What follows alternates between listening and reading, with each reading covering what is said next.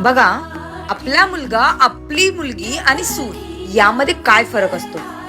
समजा मुलाला जर का राग आला ना तर त्याच्या आई वडील लगेच बोलतात, अहो त्याचा लहानपणापासून स्वभावच रागीट आहे हो, जाऊ द्या ना, घ्या ना समजून.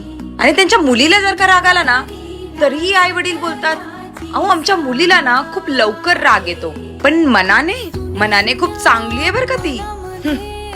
या उलट सून एखाद्या गोष्टीवर रागवली किंवा चिडली तर सासरकडची लोक लगेच बोलून मोकळी होतात.